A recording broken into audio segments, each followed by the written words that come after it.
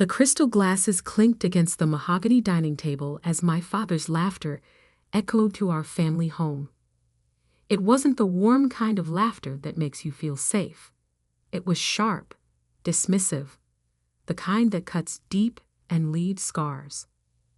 30 years old, living in that tiny apartment, and still no real job. He continued, swirling his aged whiskey. I always knew you'd struggle without proper direction, Sophia, but this is truly pathetic. My sister Victoria dabbed her lips with an embroidered napkin, perfectly manicured nails gleaming under the chandelier light. At least she showed up this time, she said with fake sympathy. Though maybe it would have been better if she hadn't. I sat there, quietly cutting my steak into precise squares, just as I had done at countless family dinners before. Each piece exactly the same size, each movement deliberate and controlled, just like my plan. Tell us again, Sophia, my mother chimed in, her voice dripping with artificial concern. What exactly do you do all day? Surely you're not still working on that. What did you call it? That little online project. The little online project they were mocking had just cleared $50 million in revenue last quarter, but they didn't need to know that. Not yet. Actually, I said, keeping my voice steady, I've been quite busy lately. Just finalized a rather significant purchase. Dad nearly choked on his whiskey. Purchase? What could you possibly purchase? A new coffee maker for that shabby apartment of yours? Victoria snickered. Or maybe she finally bought a professional outfit for job interviews. God knows she needs one. I placed my fork down gently, remembering the stack of papers I'd signed just hours earlier. The acquisition documents for Barrett and Sons, the company my father had worked at for 30 years, the same company where Victoria was now Junior VP of Marketing, the same company that had rejected my application 5 years ago because I wasn't management material. Something like that, I replied softly, taking a small sip of water. Let them laugh. Tomorrow would be interesting enough. My father launched into his favorite lecture, the one about wasted potential and family disappointment. I'd heard it so many times I could recite it word for word. How I'd embarrassed him by dropping out of business school. How Victoria had followed the proper path, climbing the corporate ladder at Barrett and Sons while I played around on computers. What they didn't know was that my playing around had built Nexus Technologies, one of the fastest-growing digital infrastructure companies in the country. I'd kept my name out of the press, used a holding company for public dealings, and let everyone assume I was just another failed startup kid living off family charity. At least tell me you're looking for real work, Dad pressed, his voice growing harder. Barrett and Sons always needs administrative assistance. Though with your track record, even that might be a stretch. I thought about the meeting scheduled for tomorrow morning, about the email that would go out to all Barrett and Sons employees at exactly 9 a.m., about how the company's new owner would be announced, and how my father's face would look when he realized who that owner was. Actually, I said, standing up slowly, I should get going. Big day tomorrow. Victoria rolled her eyes. What's big about another day of unemployment? I picked up my purse, a simple leather bag that probably cost more than their monthly salaries combined. You'll see, I said quietly. Thank you for dinner, Mother. As I walked to my car, I could hear them through the open dining room window, their laughter mixing with cruel speculation about my future. I smiled, knowing it would be the last time they'd laugh at me like this. My phone buzzed with a message from Marcus, my COO. Everything set for tomorrow. Board approved the final terms. You ready for this? I typed back a simple yes as I slid into my Tesla Model S, a car I never drove to family dinners. Better to let them think I still took the bus. The drive home was quiet, city lights blurring past, as I thought about the journey that had led here. 5 years ago, I'd walked out of Barrett and Sons after a humiliating rejection interview. Victoria had been on the panel, smirking as she informed me I wasn't qualified for even an entry-level position. That night, I'd taken my savings, a solid understanding of enterprise software, and an idea that would revolutionize how companies managed their digital infrastructure. While they thought I was failing, I was building. While they mocked my little online project, I was scaling. And now, while they laughed at my unemployment, I was about to become their boss. My apartment wasn't actually small. It occupied the entire top floor of a renovated industrial building downtown, with floor-to-ceiling windows and a view that reminded me daily of what I'd built. I kicked off my modest flats, replacing them with the Louboutins I preferred when not playing a role. Another message from Marcus. PR team has the announcement ready. Legal says everything's clean. No way for them to challenge the acquisition. I poured myself a glass of champagne I'd been saving for this moment. Perfect, I replied. See you at 8:30 a.m. Settling onto my balcony, I watched the city pulse below. Tomorrow, everything would change. Not just for my family, but for Barrett and Sons itself. The company had potential, but it was stuck in the past, resistant to digital transformation, bleeding market share to more innovative competitors. That's why the board had been so eager to accept my offer. They'd seen what Nexus Technologies could do, how we transformed other traditional companies into digital leaders. They didn't care that I was Richard Barrett's daughter. They cared that I could save their company. My phone lit up again, this time with a message from Victoria. Thanks for gracing us with your pathetic presence tonight. Maybe next time bring some actual accomplishments to discuss. I didn't respond. Instead, I opened my laptop and reviewed the announcement one last time. Barrett and Sons announces acquisition by Nexus Technologies. Sophia Barrett, founder and CEO of Nexus Technologies, to lead digital transformation initiative. Tomorrow at 9 a.m., this would hit every major business news outlet. Tomorrow at 9 a.m., my father would learn that his unemployed daughter now owned his company. Tomorrow at 9 a.m., Victoria would discover that her pathetic sister was her new boss. But this wasn't about revenge. It was about potential, both mine and Barrett and Sons. I had plans for the company, innovations that would propel it into the future. The fact that those plans would force my family to finally see me clearly, that was just a bonus. I finished my champagne and walked back inside, catching my reflection in the window. I looked nothing like the meek, uncertain woman my family thought they knew. In my real life, running Nexus Technologies, I was known for being sharp, decisive, and unapologetically ambitious. Tomorrow, worlds would collide. Tomorrow, masks would fall away. Tomorrow, everything would change.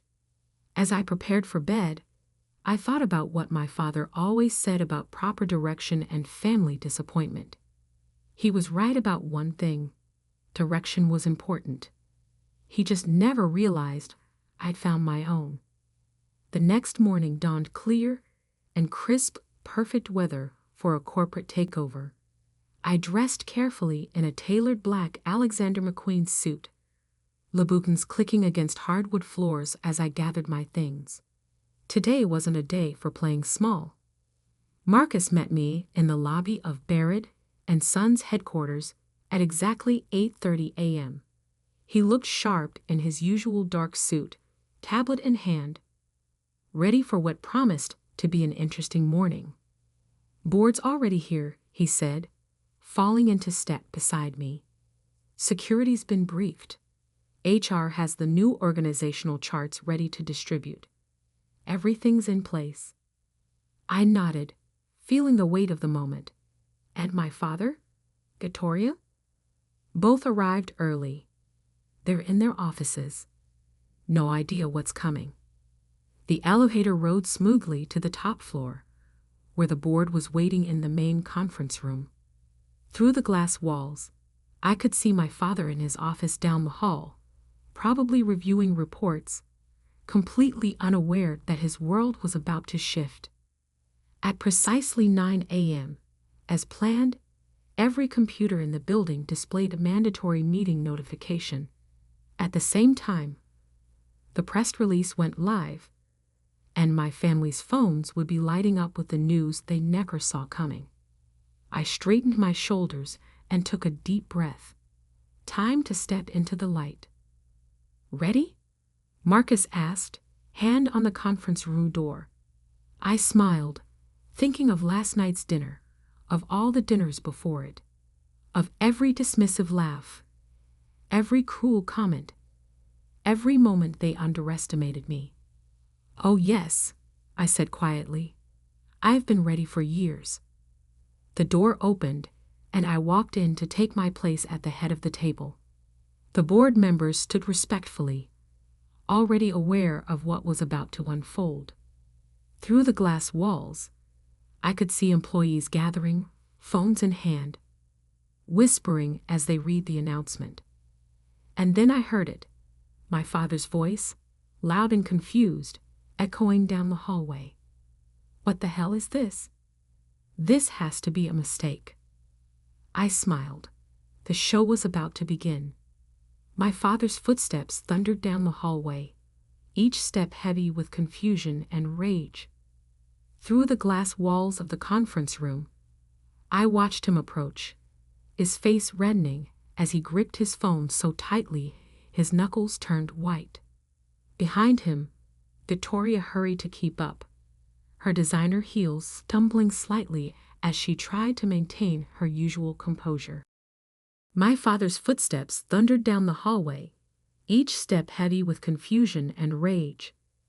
Through the glass walls of the conference room, I watched him approach, his face reddening as he gripped his phone so tightly his knuckles turned white. Behind him, Victoria hurried to keep up, her designer heels stumbling slightly as she tried to maintain her usual composure. The board members exchanged knowing glances. They'd been prepared for this moment, briefed on the likelihood of a scene. I remained standing, calm and steady at the head of the table, as my father burst through the door. What is the meaning of this? He demanded, thrusting his phone forward. The press release glowed on the screen, my name and title clear as day. Sophia Barrett, CEO of Nexus Technologies? This has to be some kind of joke.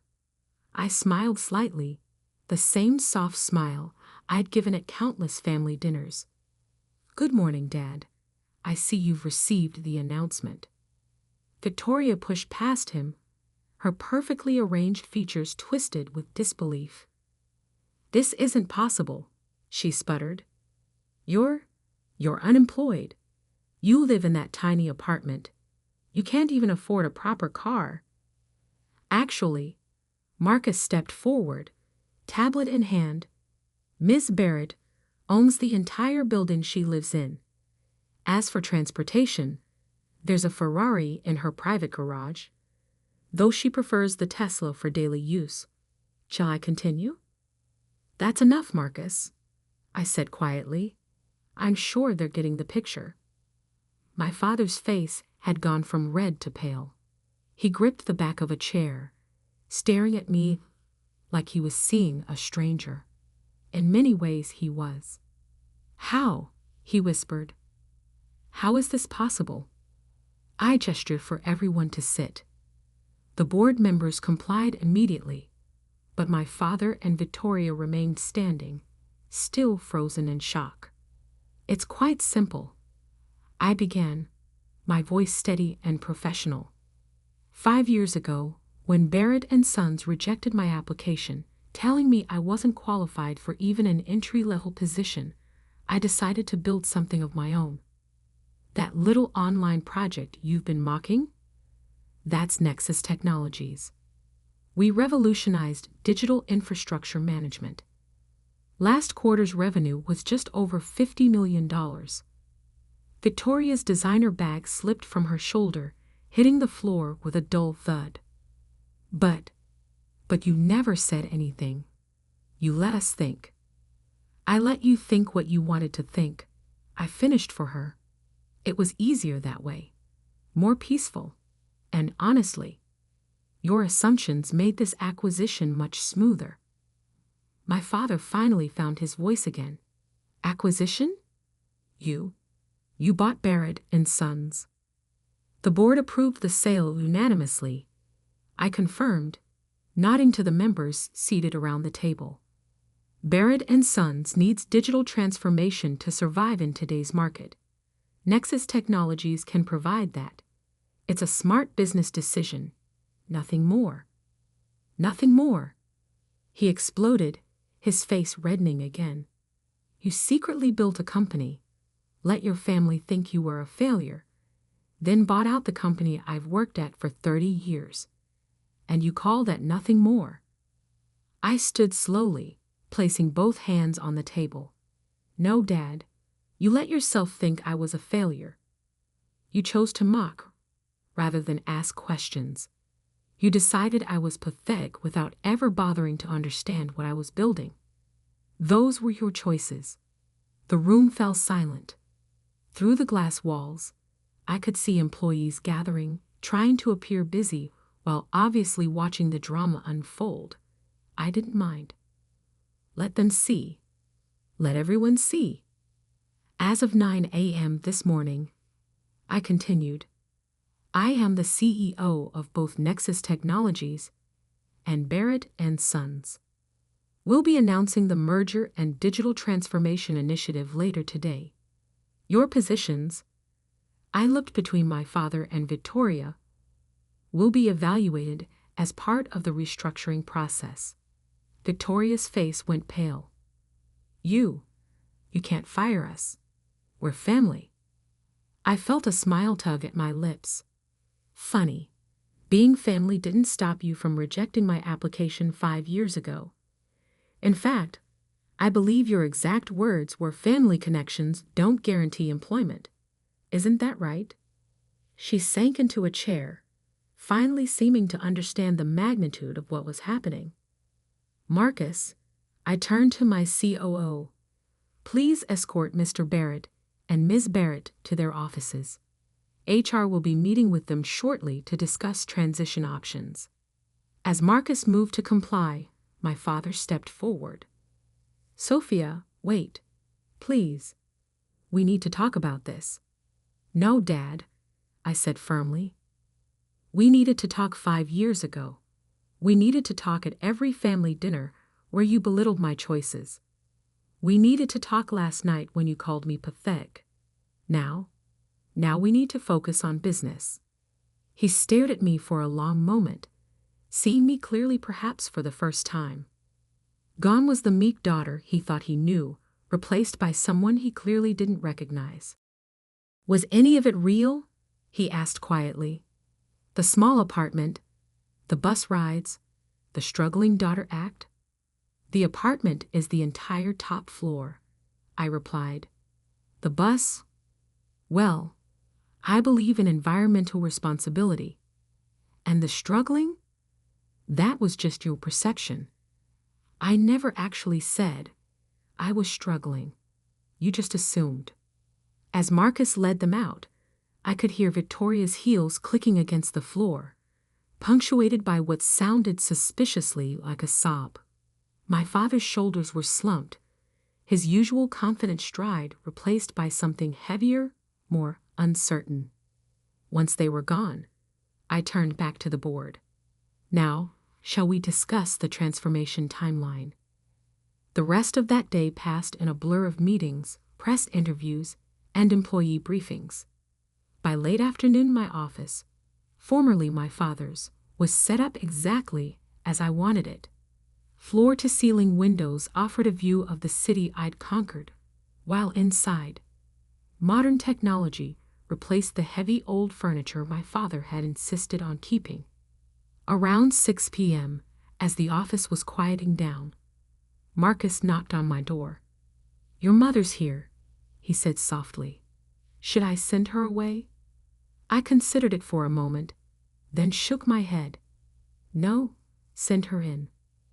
She entered hesitantly, looking smaller somehow without my father beside her. Her designer outfit was slightly rumpled, as if she'd been sitting and wringing her hands for hours. "Sophia," she began, then stopped, seemingly unsure how to continue.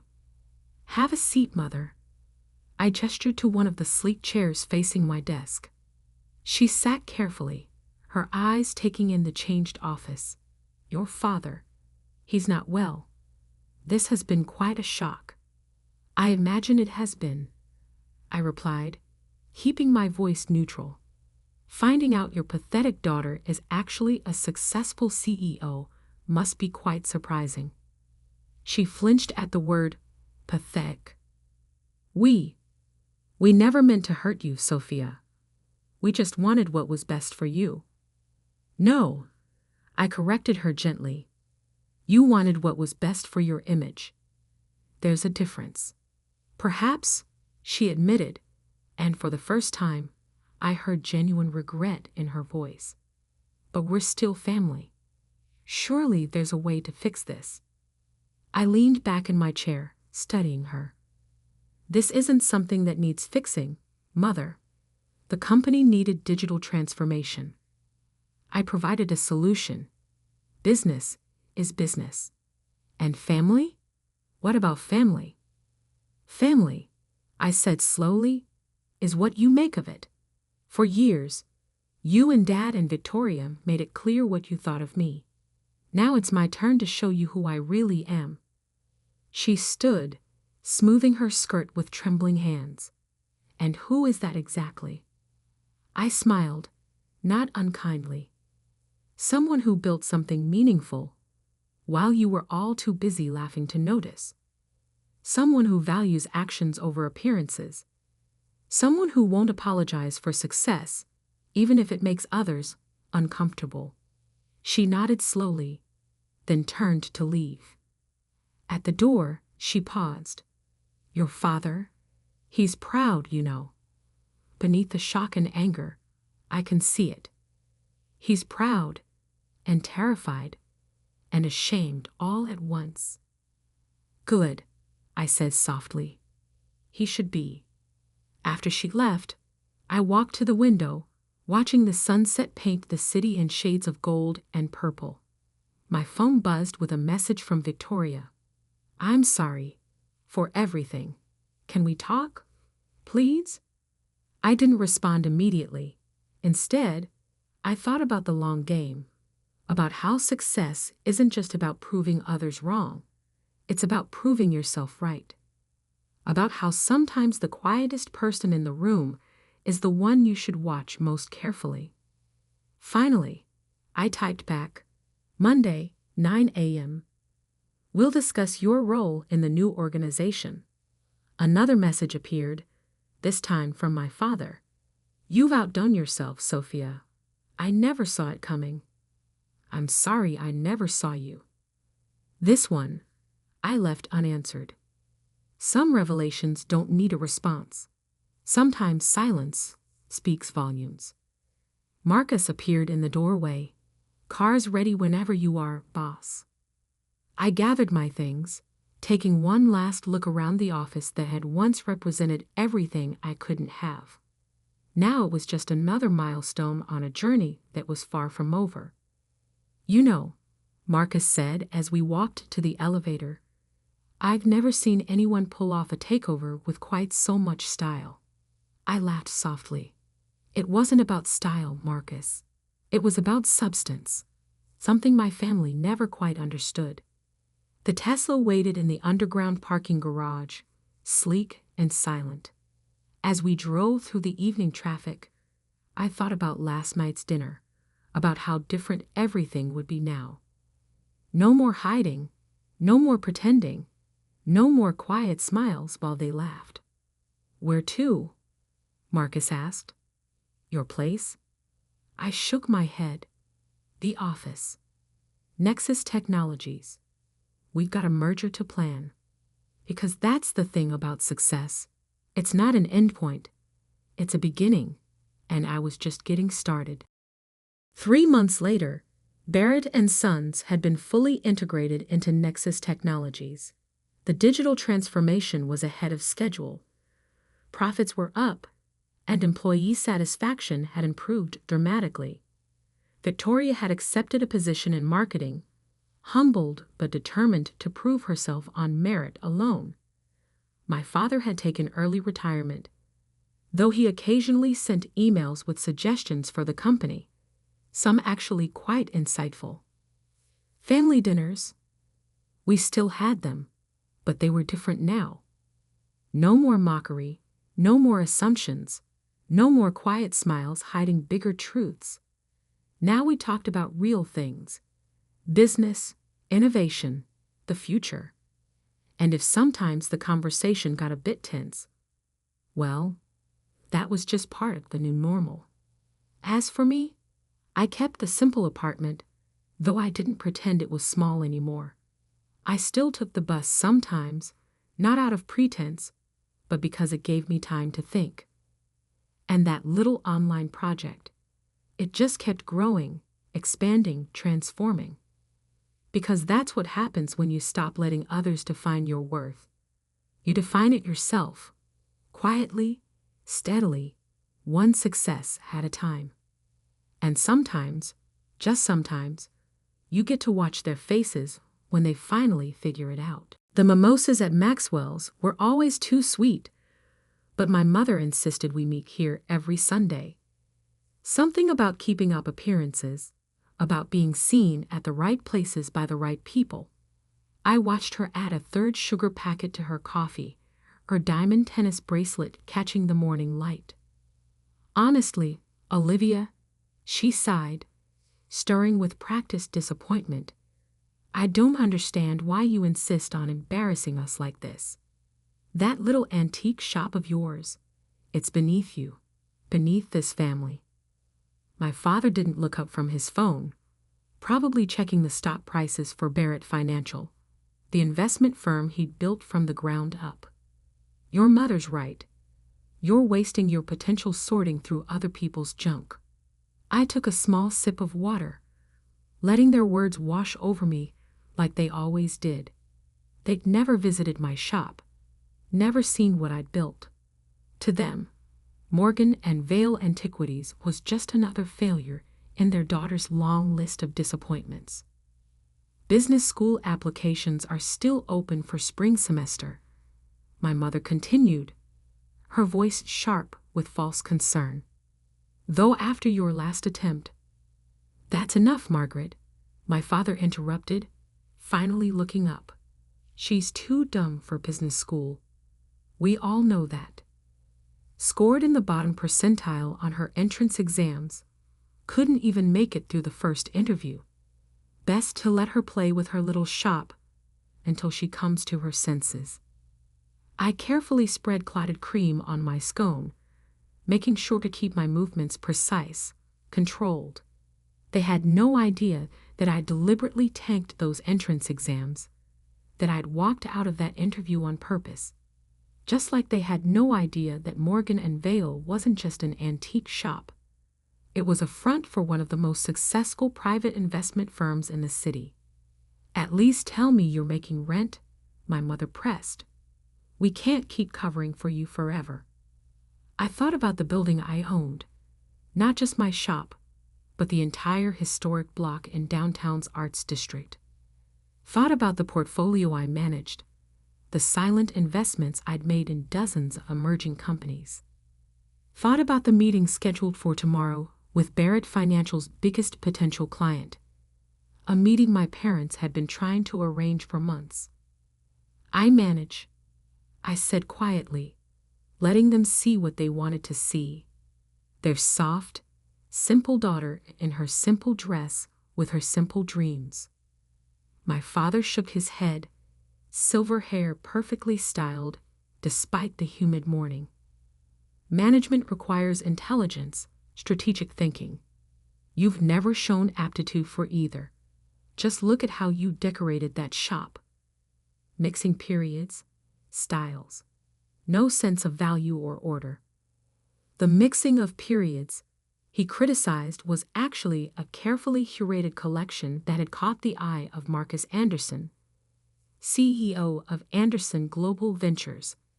He'd walked into my shop 3 months ago, looking for period-specific pieces for his new offices.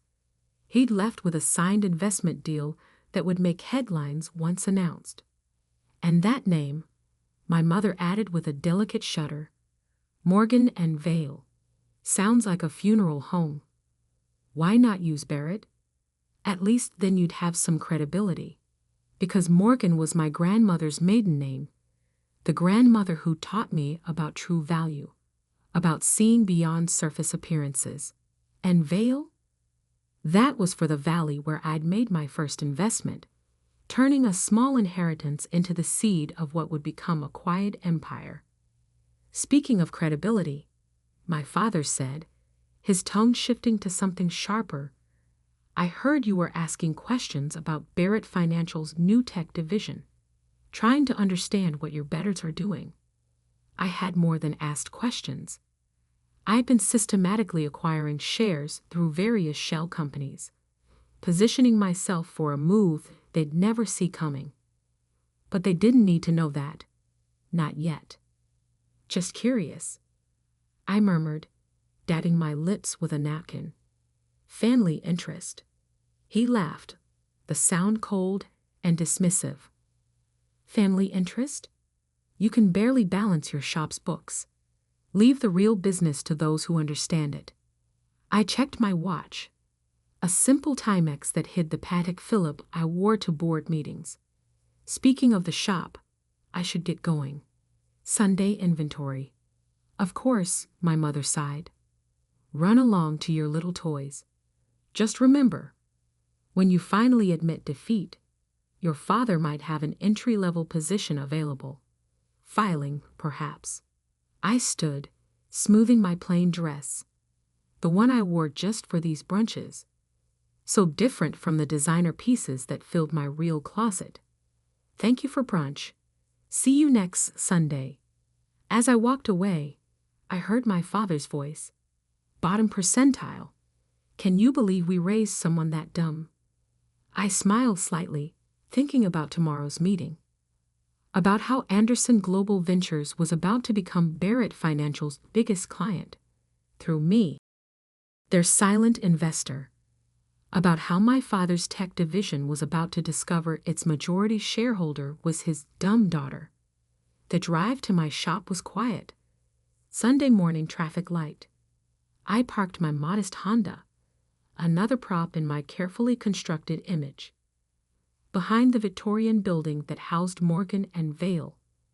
The real car, a Bentley Continental, waited in a private garage across town. Inside, the shop was exactly as my father had criticized, a masterful blend of periods and styles, each piece carefully chosen not just for its aesthetic value, but for the stories it could tell. Stories about patience, about waiting for the right moment, about value hidden in plain sight. My assistant, Sarah, looked up from the antique desk where she managed not shop inventory, but investment portfolios worth millions. How was brunch? Predictable, I replied, slipping off my flat shoes and replacing them with Louboutins. Are we ready for tomorrow? She nodded, pulling up detailed financial reports on her laptop. Anderson's team has finished their due diligence. They're prepared to sign with Barrett Financial. Through us, of course. Your father won't know you're involved until you want him to. I'd moved through the shop, running my fingers along a Georgian sideboard that had once graced a duke's dining room. Like me, it had secrets, a hidden compartment that once held royal letters now contained documents detailing my ownership of key Barrett financial assets. Final projections? I asked, settling behind my own desk, a Queen Anne piece that had witnessed countless business deals over its 3 centuries. Conservative estimate puts the deal at $50 million initial investment, with potential for up to $200 million over 5 years. Sarah paused, a small smile playing at her lips. Your father's been trying to land Anderson for months.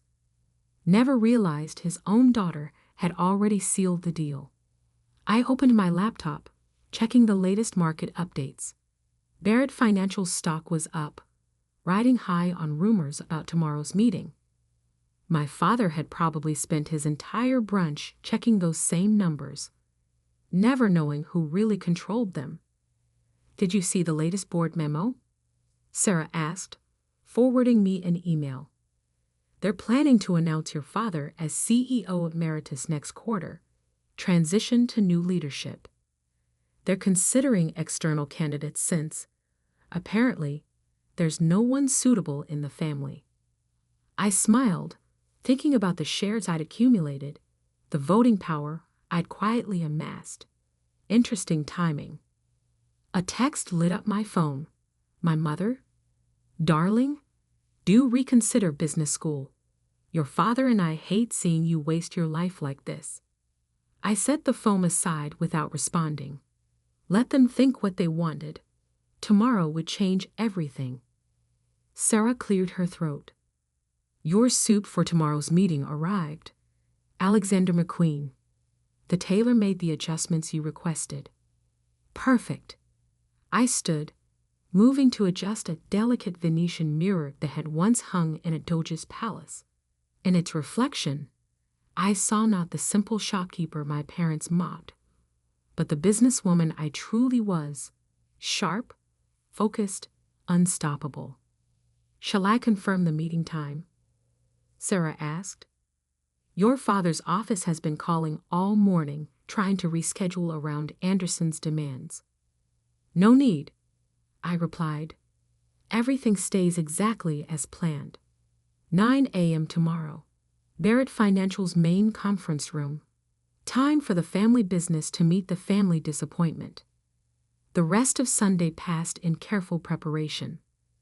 While my parents probably sat in their country club, lamenting their daughter's failures, I reviewed contracts, confirmed positions, and finalized the details that would make tomorrow more than just a meeting. It would be a revelation. As evening fell, I locked up the shop's front door, the antique key heavy in my hand. Through the Victorian windows, I could see the streetlights coming on, casting long shadows across the hardwood floors, and priceless artifacts within. My phone buzzed again, a message from Marcus Anderson himself. Ready for tomorrow? Your parents won't know what hit them. I typed back a simple response. They never do. Tomorrow, while they were expecting Marcus Anderson to arrive as a potential client, they discover he was already an investor, my investor. Tomorrow, while they were preparing to pitch their services, they'd learn that their biggest deal was already done, signed in their daughter's little shop between a Louis XV commode and a Chippendale chair. Tomorrow, everything would change. I drove home to my real apartment, a penthouse with views of the city they thought I couldn't afford. Replacing my simple dress with silk loungewear, I poured a glass of wine and reviewed tomorrow's schedule one final time. 8:30 a.m. Arrive at Barrett Financial, not as the failed daughter but as Morgan Vale, the investment broker they'd been trying to track down for months. 8:45 a.m. Meet Marcus in the lobby, right under my father's nose. 9:00 a.m. Walk into the conference room and watch their faces as they realized who really controlled their future. My phone lit up one last time. My father. If you're free tomorrow, the mailroom could use some help. Might be good experience for you. Better than playing shop. I didn't respond. Tomorrow would be response enough. Monday morning dawned clear and sharp, the kind of autumn day that makes everything feel possible. I dressed with careful precision. A black Alexander McQueen suit that cost more than my parents thought I made in a year. Louboutin heels that had never seen the inside of my antique shop. And my grandmother's vintage Cartier watch, the only piece of my real life I'd never hidden. Sarah met me at my penthouse, carrying 2 leather portfolios. "Your father's already at the office," she reported, handing me one of the folders. "Called an early meeting to prep the team for Anderson's arrival. Your mother's there too." Apparently, she couldn't miss this historic moment for Barrett Financial. I smiled, checking my reflection one last time. Gone was any trace of the simple shopkeeper they knew. In her place stood Morgan Vale, the investment broker who'd been making waves in private equity circles for the past 5 years. "How long do you think it'll take them to realize?" Sarah asked as we rode the elevator down to the private garage. "That depends," I replied, sliding into the Bentley's leather interior, "on whether they see what they expect to see, or what's actually in front of them." The drive to Barrett Financial's headquarters was smooth, traffic parting for the luxury car they didn't know I owned. As we pulled into the executive parking area, I spotted my father's Mercedes in his reserved space, the vanity plate reading BARRETT1, subtle as ever. Marcus Anderson was waiting in the lobby, his tall frame casual against the marble pillar. He straightened when he saw me, a grin playing at his lips. "Ready for the show?" he asked quietly as I approached. "Born ready," I replied, just as my father's voice boomed across the lobby. "Marcus, welcome to Barrett Financial." He strode forward, hand extended, my mother 2 steps behind him in her perfectly coordinated designer suit. Neither of them glanced at me. After all, why would they look twice at a stranger in expensive clothes?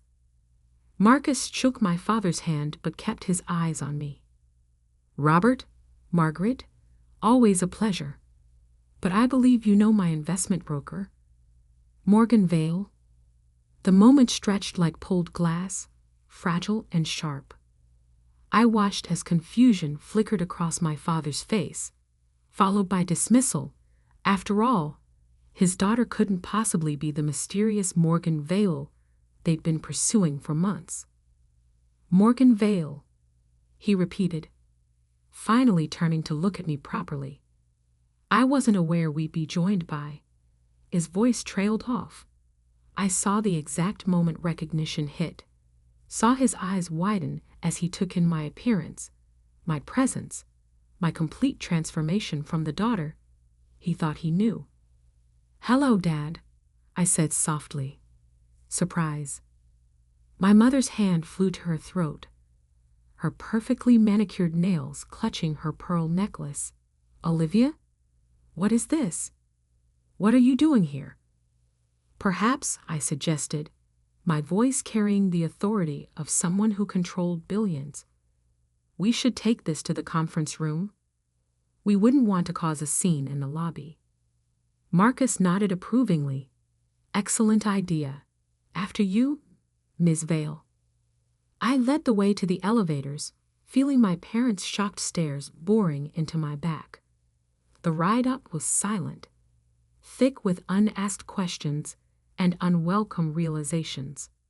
The conference room was already full, board members, department heads, even my father's executive team, all waiting for the meeting that would change everything. They rose as we entered, their eyes moving curiously between Marcus Anderson, my shell-shocked parents, and me. "Good morning," I said, taking my place at the head of the table, my father's usual seat. "For those who don't know me, I'm Morgan Vale of Morgan and Vale Investments.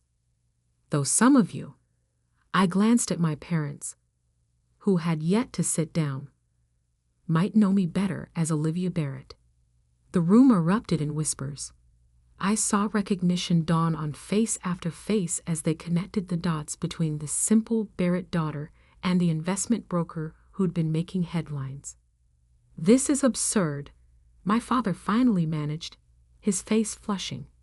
"Olivia, what kind of game are you playing?" "No game, Dad," I replied, opening my portfolio. "Just business.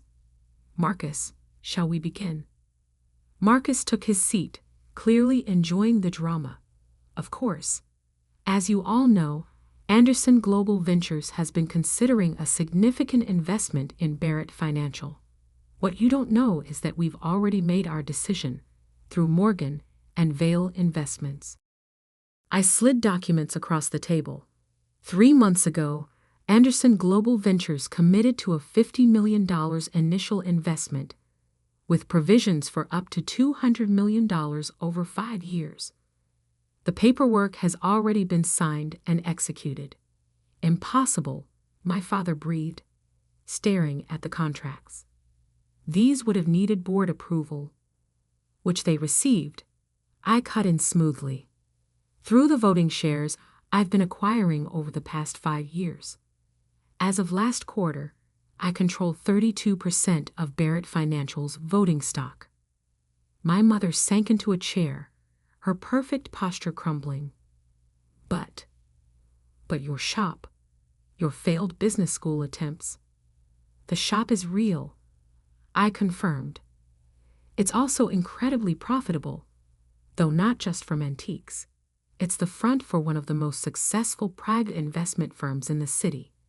As for business school," I smiled, "I already had my MBA from London Business School when you were pushing me to apply. I walked out of that interview because I was in the middle of closing a major deal." The board members were leafing through the documents I'd distributed, their expressions moving from shock to something like respect. They understood what this meant, not just the Anderson investment, but the revelation that the failed Barrett daughter was actually a financial powerhouse. "Why?" my father asked, his voice hollow. "Why the deception? Why let us think?" "Because you never asked," I replied simply. "You were so convinced of my failures, so certain of my limitations, that you never bothered to look deeper. It was easier to let you believe what you wanted to believe." Marcus cleared his throat. "If I might add, Olivia, or Morgan as I first knew her, has been instrumental in reshaping the private equity landscape over the past 5 years.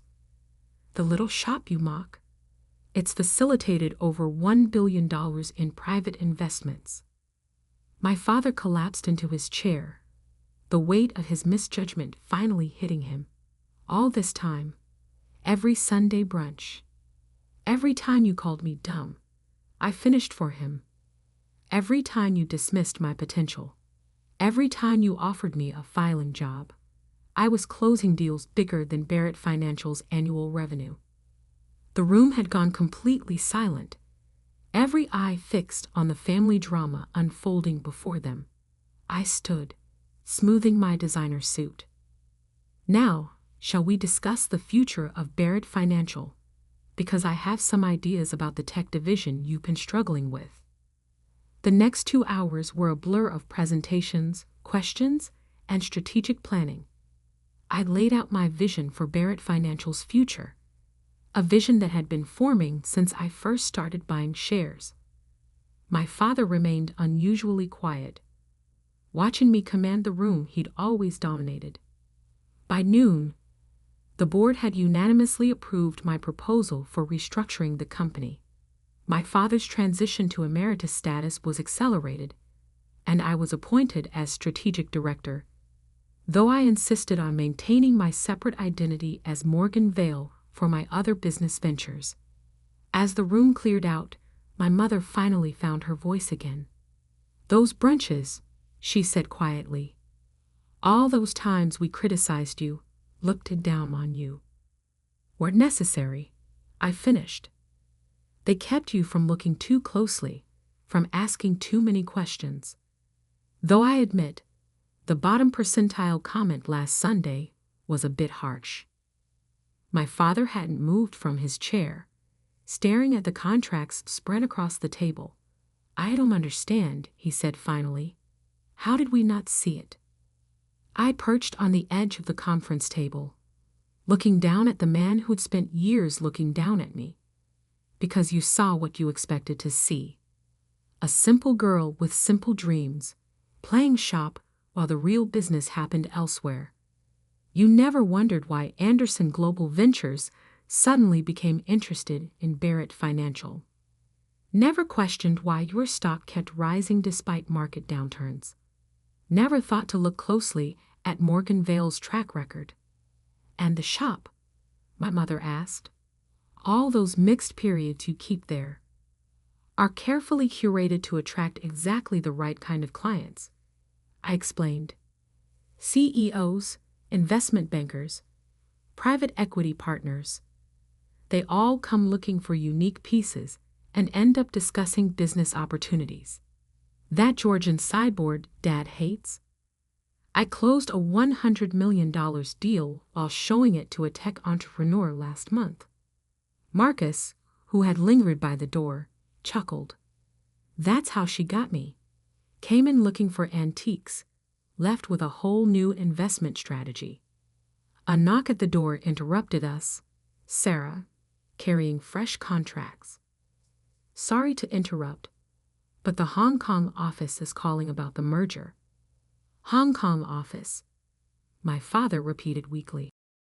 "Morgan & Vale has offices in 6 countries," I confirmed, standing to take the documents from Sarah. "That little shop is just the tip of a very large iceberg." As I moved to leave, my mother called out, "Sunday brunch? Will you still come?" I turned back, seeing the uncertainty in her eyes, the fear that her simple daughter had become someone she didn't know, someone who didn't need their approval anymore. "Of course," I said softly, "but maybe we can skip the career advice." 3 months later, Barrett Financial had been transformed. The tech division was thriving under new leadership. The Anderson investment had exceeded all projections, and my father was adjusting to his emeritus role, though he still occasionally left suggestions on my desk. Sunday brunches continued at Maxwell's, but they were different now. My mother no longer added sugar to her coffee with disappointment, and my father's phone stayed in his pocket. Instead, they asked questions, real ones, about my business, my vision, my life. I still kept the shop, still spent time among the antiques that had helped build my empire. But now, when my parents visited, they saw it for what it was. Not a failure, but a masterpiece of subtle success. And if sometimes, during board meetings or investment discussions, I caught my father watching me with a mixture of pride and regret, well, that was just part of the new normal. Because sometimes the best revenge isn't proving others wrong. It's proving yourself right, quietly and completely, until they have no choice but to see you for who you really are. Even if who you really are is the dumb daughter who built an empire while they weren't looking. The boardroom at Nexus Dynamics had always felt too cold. Maybe it was the steel and glass design, or maybe it was just the ice in my sister Victoria's voice as she stood at the head of the table, perfectly manicured finger pointing in my direction. "Look at these numbers," she continued, clicking through slides I'd never seen before. Project delays, budget overruns, critical system failures, all under Amanda's supervision. She's incompetent, and she's dragging this company down. I sat quietly, watching the faces around the table. Most wouldn't meet my eyes. These were people I'd worked with for 8 years, people who'd celebrated my promotions, attended my project launches. Now they studied their tablets or stared at their water glasses, anywhere but at me. The new platform launch is in 2 weeks, Victoria pressed, her designer heels clicking against the hardwood as she paced.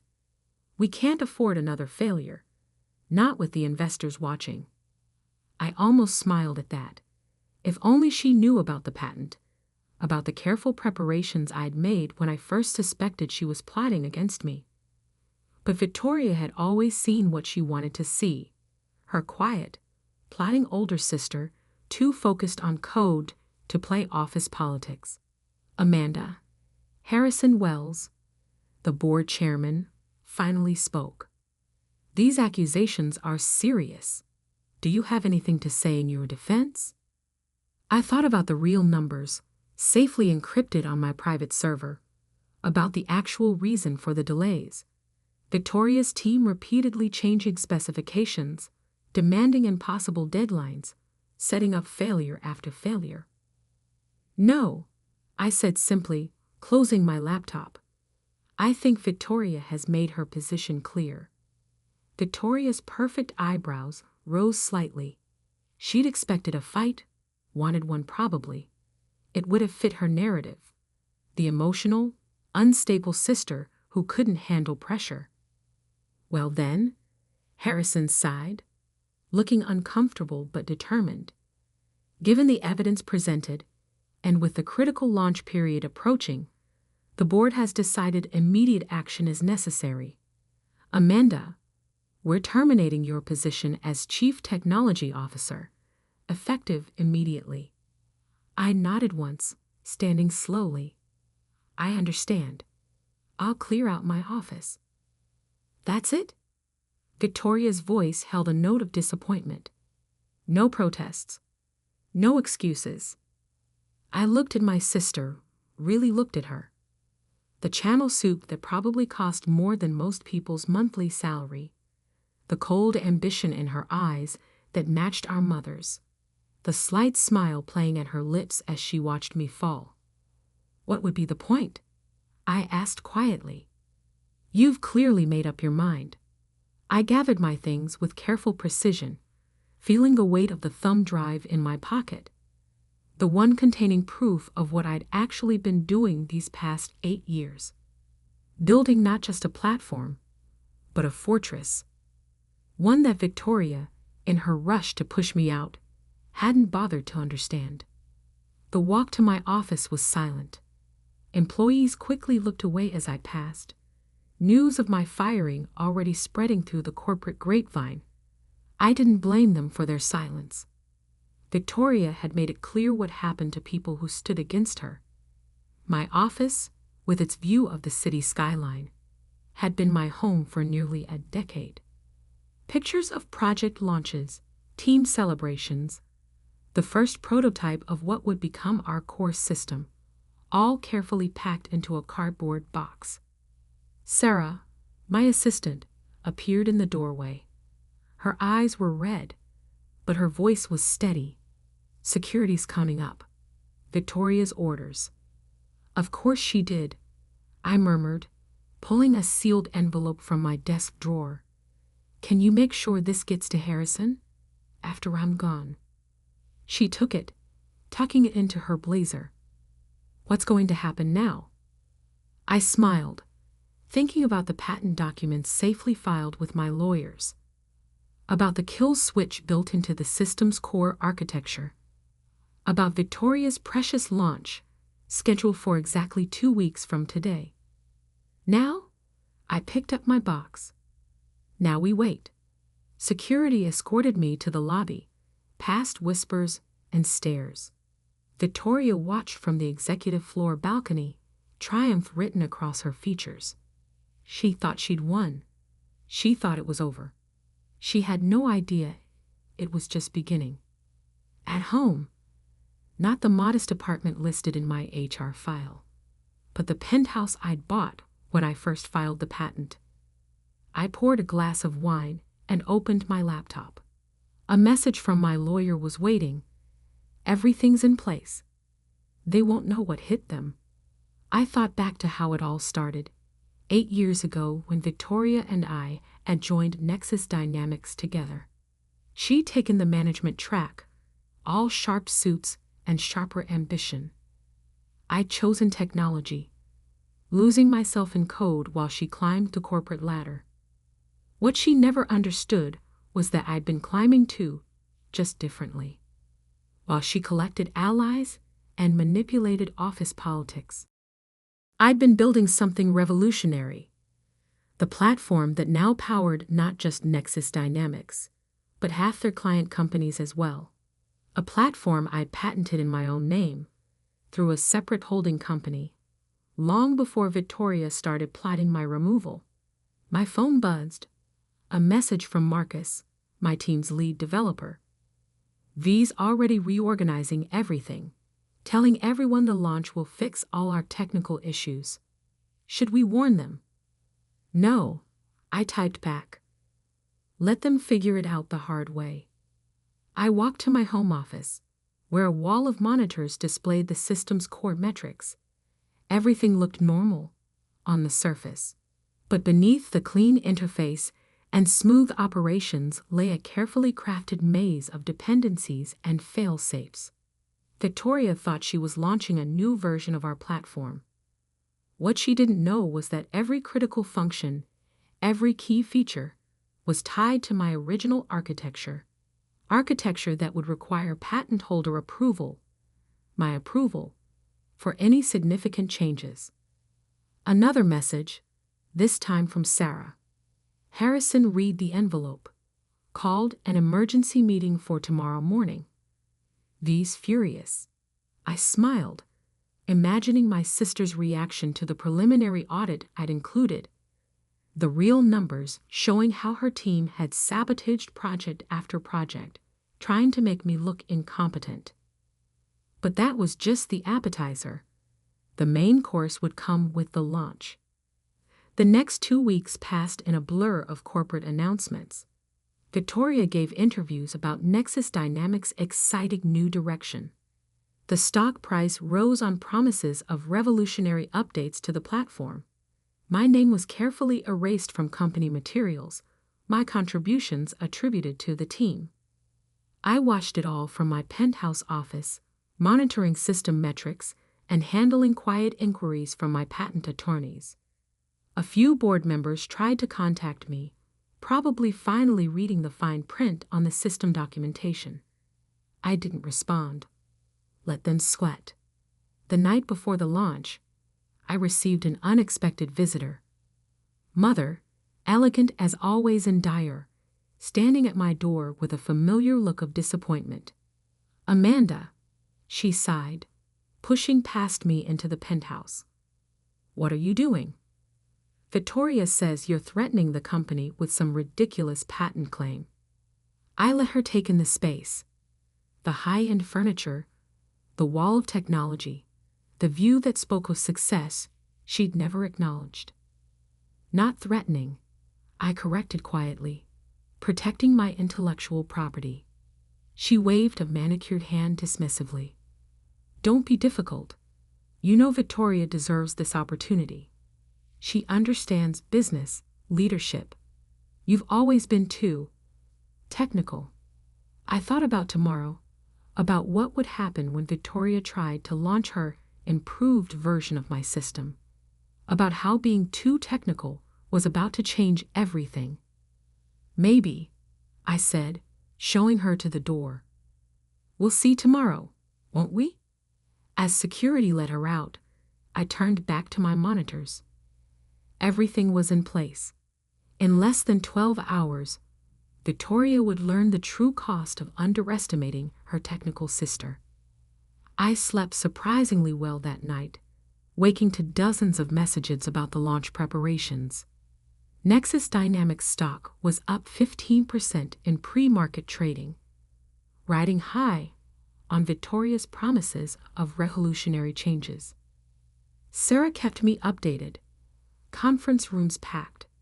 Press, investors, full board. V's wearing white. Says it's for a fresh start. I smiled, checking the time. In exactly 1 hour, my sister would learn what a fresh start really meant. Marcus sent me the launch livestream link. I settled into my office chair, wine glass in hand, and prepared to watch the show. Ready? He messaged. Born ready, I replied, clicking play. Victoria appeared on screen, resplendent in white Alexander McQueen, confidence radiating from every pore. Behind her, a massive display showed the platform's interface, my interface, though my name was nowhere to be seen. Ladies and gentlemen, she began, welcome to the future of Nexus Dynamics. I took a sip of wine and smiled. The future was coming, all right, just not the one she had in mind. Victoria's voice flowed smoothly through my speakers, practiced and polished. Today marks a new era for Nexus Dynamics. Our enhanced platform represents months of innovative development, streamlined architecture, and I glanced at the time, 10:59 a.m. In exactly 1 minute, the system would attempt to validate the launch protocols against the patent registry. In exactly 1 minute, Victoria's perfect world would crash around her designer heels. Let me demonstrate the revolutionary changes we've implemented, she continued, tapping the presentation screen with manicured confidence. As you can see, the screen flickered once, then went dark. Victoria tapped again, her smile faltering slightly. Nothing happened. Minor technical difficulty, she said smoothly, but I could see the panic beginning to bloom in her eyes. If we could just... Every monitor in the conference room suddenly lit up with the same message.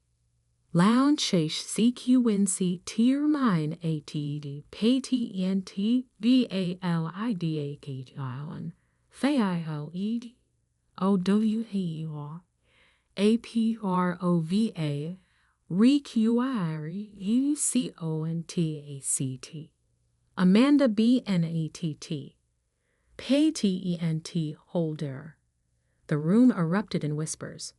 Through the live stream, I watched Victoria's face drain of color as she read the message, as understanding finally dawned. What is this? Harrison Wells stood up, his voice sharp with alarm. Victoria, explain. But Victoria was frozen, staring at the screen like it had personally betrayed her. In a way, it had. My phone buzzed. Sarah sending updates from inside the room. Board members pulling up patent documents on their tablets. Investors asking questions. Fee looks like she's about to faint. I took another sip of wine, watching the chaos unfold. Then my screen lit up with an incoming video call from Harrison Wells himself. I let it ring twice before answering. Amanda, he said, his face tight with controlled panic. We need to talk. Yes, I agreed calmly. We do. The conference room. Now. I smiled. No, Harrison. My office. The penthouse at the Sterling. 30 minutes. He started to protest, but I cut him off. 30 minutes, or I'll start responding to the reporters who are undoubtedly calling about the failed launch. 28 minutes later, my elevator opened. Harrison Wells led the procession, looking significantly less composed than usual, followed by 3 board members, our chief legal counsel, and Victoria, her white suit now slightly crumpled, her perfect mask cracking. Welcome, I said from my position behind a massive desk they didn't know I owned. Please, sit. Victoria's eyes darted around the space, taking in the luxury she hadn't known I could afford. How? She started. How did I afford this? I finished for her. The same way I afforded the patent attorneys. The same way I afforded the private development team that helped build the original system. Success leaves clues, Victoria. You just never bothered to look for them. Harrison cleared his throat. Amanda, we've reviewed the patent documentation. It appears there's been a misunderstanding. No misunderstanding, I corrected, sliding copies of the patent registration across the desk. Just willful ignorance. Victoria was so busy trying to push me out that she never checked who actually owned the intellectual property she was planning to enhance. Victoria's face flushed. You deliberately hid this from me. Did I? I pulled up emails on my monitor, displaying them on the wall screen. Here's me 3 years ago, explaining the patent strategy to the board. Here's the documentation in the system architecture files. Here's the validation protocol that your team ignored when they started making changes. The chief legal counsel, Barbara Chen, leaned forward. The patent is ironclad, and the system dependencies are exactly as I designed them. I finished. Every critical function, every core feature requires patent holder validation for significant changes. Victoria's enhanced version? It's trying to modify protected architecture without approval. You're holding the company hostage. Victoria burst out. I turned to her slowly. No, sister dear. I'm protecting my intellectual property, the same property you've been taking credit for while plotting to push me out. I pulled up another document, the real numbers I'd been tracking, showing how Victoria's team had systematically sabotaged projects to make me look incompetent. Interesting pattern, isn't it? I observed as the board members leaned in to study the data. Every time my team got close to completing a project, mysterious changes would be requested. Impossible deadlines would appear. Resources would vanish. Victoria's face had gone from red to white. You can't prove. Actually, Sarah's voice came from the doorway as she walked in with a thumb drive. We can. I've been documenting everything, including your late-night meetings, about getting rid of the technical dead weight. Harrison's jaw tightened as he looked between us. What do you want, Amanda? I stood, moving to the window overlooking the city. 3 things. First, a public correction regarding my contribution to the platform. Second, Victoria's immediate resignation. You can't. Victoria started. I can. I cut her off. Unless you prefer, I license the patent to our competitors. The room went silent. Everyone there understood what that would mean.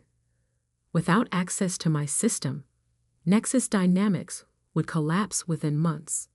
And third, Harrison asked quietly, I want my job back, not as CTO, as CEO. Victoria knocked over her water glass as she stood. This is ridiculous. You can't just. Sit down, Victoria, Harrison ordered, his voice tired. Your sister isn't asking, she's telling. And given the circumstances, we don't have much choice. Barbara was already pulling out her tablet. I'll draft the necessary paperwork. The board will need to vote, but given the patent situation, the vote will pass, Harrison finished. He looked at me with something like respect. You planned this all along, didn't you? Even before Victoria made her move. I smiled. I learned early that being underestimated can be an advantage. Victoria thought I was too focused on code to play politics. She was wrong. Within hours, the paperwork was signed. Victoria was escorted out by security, her white suit no longer quite so pristine. Harrison called an emergency board meeting to ratify my appointment as CEO. By evening, the press releases were going out, announcing both the leadership change and clarifying the true ownership of Nexus Dynamics core technology. Sarah found me in my new office, the one Victoria had so recently occupied, late that night. Your sister left this, she said, holding up a framed photo. It showed Victoria and me at the company's launch party 8 years ago, both smiling, both unaware of where we'd end up. Keep it, I said, as a reminder. Of what? That success doesn't always look like you expect it to. The next few weeks were a blur of transitions. The platform launch was rescheduled, this time with proper credit for its innovation. The stock price, after a brief dip, rose steadily as investors gained confidence in the new leadership. Mother called several times. I let her leave messages, each one progressively less confident, more conciliatory. Finally, I agreed to meet her for lunch. She sat across from me at an exclusive restaurant I'd chosen, looking older somehow, less certain of her world. I never understood you, she admitted after an uncomfortable silence. Victoria was so much like me, focused on appearance, on position. You were always in your own world, with your computers and code. That world, I reminded her gently, just made me CEO of a major tech company. She nodded, pushing her salad around her plate. Victoria's leaving the country. Dubai, I think. Says she needs a fresh start. Good for her. Will you ever forgive her? She asked. Us? I considered this, thinking about the years of dismissal, of being underestimated, of watching Victoria take credit for my work. I already have, I said finally. But forgiveness doesn't mean forgetting or letting it happen again. A month after taking over as CEO, I called my first all-hands meeting. Standing at the podium, looking out over the employees who had once avoided my eyes in hallways, I thought about perception and reality, about quiet power and loud ambition.